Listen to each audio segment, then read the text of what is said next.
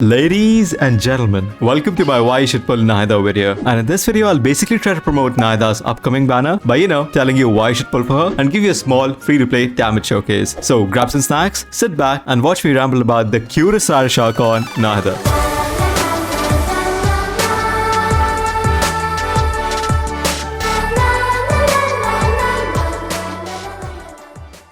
But now, why should you pull for Nahida, and why do I like her so much? Well, the short answer is that she's pretty amazing, but the longer answer is that she's an extremely useful and all-round a powerful unit. I mean, if you played the recent patches, you might have noticed that Hoyoverse has been trying to promote the use of Dendro. Not only is the element broken right now, but it's constantly getting better with every single update, and Nahida is always at the center of this. She not only had great synergy with the already existing units like Yulan and Raiden, but she also mixed very well with the new units that came after her, like Mr. Hytham. And if you ever plan on making a team that uses Dendro, chances are 9 times out of 10, Nahida is going to be a part of it, because not only is the kit easy to pick up and master, but it's equally as powerful as well. And from what we've seen so far, I think it's pretty safe to say that she'll always be the best at what she does, and you, most likely, won't be planning your future Dendro teams without her. What makes Nahida even better is the artifacts and builds, because she is very free-to-play friendly. So if you're a free-to-play player, you'll most likely use the Sacrificial Fragments, Witsit, or the Mappa Mare. I'd recommend going with the Witsit because of the high crit damage main stat, and also because of its passive, because Nahida can make pretty good use of 2 of the 3 effects it can give you. Sacrificial is also an amazing option, because one of Nahida's passive talents actually gives her bonus damage and crit rate based on the EM she has. These weapons will not only make your rotations good, but also increase her personal damage by a lot. And if you've been playing Genshin for a while, you probably already have these weapons lying around, and also these weapons get better with each refinement. Also, to farm for Nahida's artifacts, you're most likely going to be doing the Gilded Deepwood domain, and that domain is one of the few resin efficient domains in the game. The Deepwood artifact set is really good for most of the Dendro characters that you have in the game, and you need to have this in your team if you're doing anything related to Dendro. But even if you end up getting Gilded drops, you can still use that on your supports, DPSs, or even Nahida, because the 4-piece set bonus of Gilded Dreams is surprisingly universal. But if for some reason you don't want to farm the go-to artifact domain for anything related to Dendro, you could just give a Noblesse, Tenacity, or even the 2-piece combo of Wanderers and some other EM set. Just mix and match with any of these sets until you get a decent crit to EM ratio, and she's gonna do fine. And now, if you've seen any of my videos before, you probably know that I love units with cute attack animations. And one of my favorite things about Nahida is her attack animations. For some reason, when you mash your left click button, she kinda just jumps around on these keyboard-like things and just melts her enemies away. I don't know whose idea was to make these cute-ass animations, but I hope their pillow is cold on both sides. And now, I have to admit, Nahida's attack animations might even be kinda better than the queen of all attack animations, Yoimiya.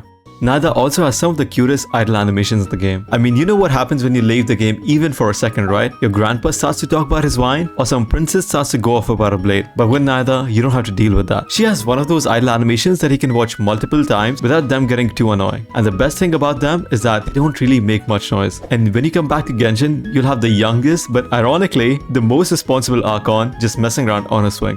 And now, let's quickly go over my favorite thing about Nahida, which is her elemental skill. Not only is this thing good for applying Dendro, but you can also use it to pick stuff like fruits, flowers, and stuff. This might sound like a user's gimmick at first, but it really comes in clutch when you try to farm mats to ascend your characters. In fact, this gimmick might even save your life while you're trying to farm to ascend Nahida. Another unique thing about Nahida is her ult. Not only does this thing look really pretty, but it can also help you increase your damage by a lot. So by now, you probably already know the importance of EM in Dendro teams, or any reaction teams for that matter. And Nahida can give your on-field character up to 250 EM just by using her ult. This can not only increase her damage, but it also helps her teams out a lot. What makes this thing even better is that this ult field is pretty big, so even if you're running around trying to attack your enemies, you'll still have the buffs. By the way, you can also increase this ult's duration, reduce the damage cooldown, and even get an attack buff if you have certain elements in your team.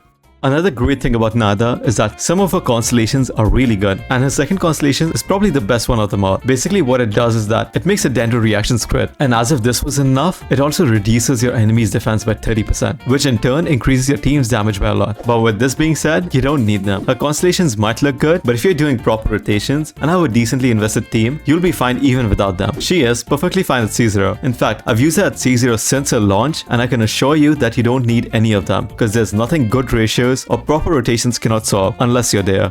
And now, let's not forget about the best team for Nahida, which also happens to be the strongest and the highest DPS team in the game, Hyperbloom. So if you don't know, Hyperbloom is the reaction between Dendro, Hydro and Electro. When Dendro meets Hydro, it produces a Dendro core, and when you apply Electro onto it, it damages your enemy. And somehow this simple reaction is the backbone of some of the strongest teams in the game right now. But damage is not the only good thing about Hyperbloom teams, because these teams also have 3 really unique benefits that are extremely useful in a lot of situations which the other teams simply cannot give you. So the first one is variety. This basically means that you can use a good number of units to fill a certain slot in your team. For example, if you don't have Raiden, you can use Kuki. If you don't have Yelan, you can use Xingqiu, and so on. This endless variety also keeps the gameplay unique and fresh.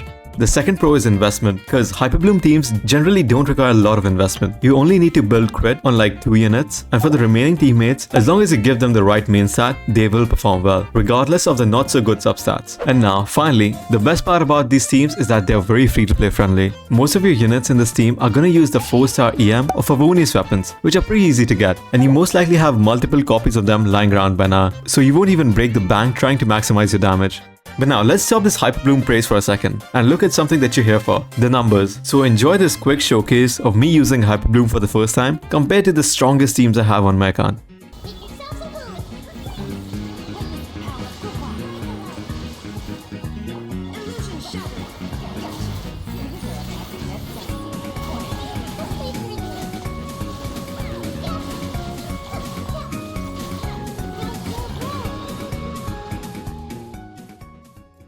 But now, let's also go over 3 major reasons why you should not pull for Nahida. I mean, you probably will, but I have come up with some points to help you save those PP jams. So first, let's get the obvious reason out of the way. Mr. Baiju. We first met him back in version 1.0, and now after almost 3 years, he's finally coming out. By the way, this also means that he's by far the longest teased character in Genshin. And from what we know about him right now, he can shield, heal, and can be used as an applicator. And best of all, he is Dendro, which is currently the strongest element in the game. And as if Baiju wasn't enough, Nilo is running before him, and she's the perfect low investment unit that you can use for easy but high damage gameplay. Also, we might be seeing a Eula rerun happening soon.